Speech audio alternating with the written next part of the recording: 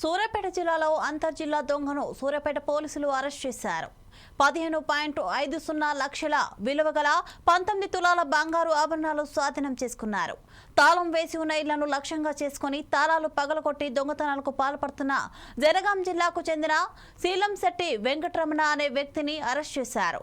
ఇతనిపై సూర్యాపేట పట్టణ పిఎస్లో 2, Suryapet rural పిఎస్లో 1 case ఉన్నాయి.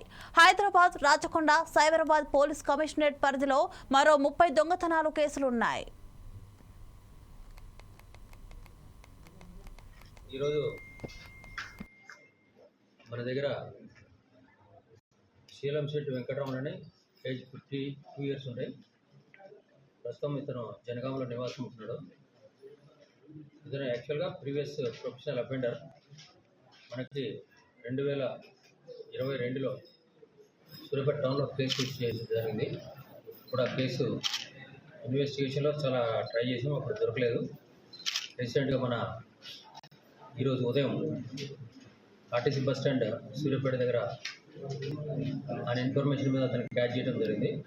అతన్ని తీసుకొచ్చి ఇంట్రాగేట్ చేయగా అతను మన దగ్గర crime number 388/22 Suryapet town case ఒకటి, తర్వాత సూర్యాపేట రూరల్ పిఎస్ సంబంధించిన 2 కేసులు 22 సంవత్సరాలు ఒప్పుకోవడం జరిగింది. దాంతోపాటుగా అతనికి ప్రీవియస్ హిస్టరీ చాలా పెద్దగా ఉన్నది.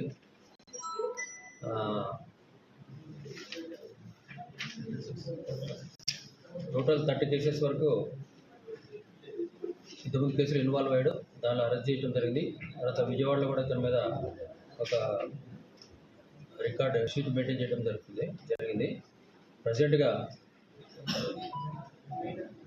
మా సిఐ సూర్యాపేట టౌన్ రాజశేఖర్ వాళ్ళ టీం మరియు డిఎస్పీ ఆధ్వర్యంలో నిన్ననే చార్జ్ తీసుకున్న మా సిఐ సూర్యాపేట టౌన్ వీర రాఘవుల గారి ఆధ్వర్యంలో కేసును ఛేదించి దొంగ దగ్గర నుంచి మనం అందాజా 19 తులాల బంగారం రికవర్ చేసాం. దాని కాస్ట్ 15,50,000 దాకా కాస్ట్ ఉన్నది. ఈరోజు ఇతన్ని అరెస్ట్ చేసి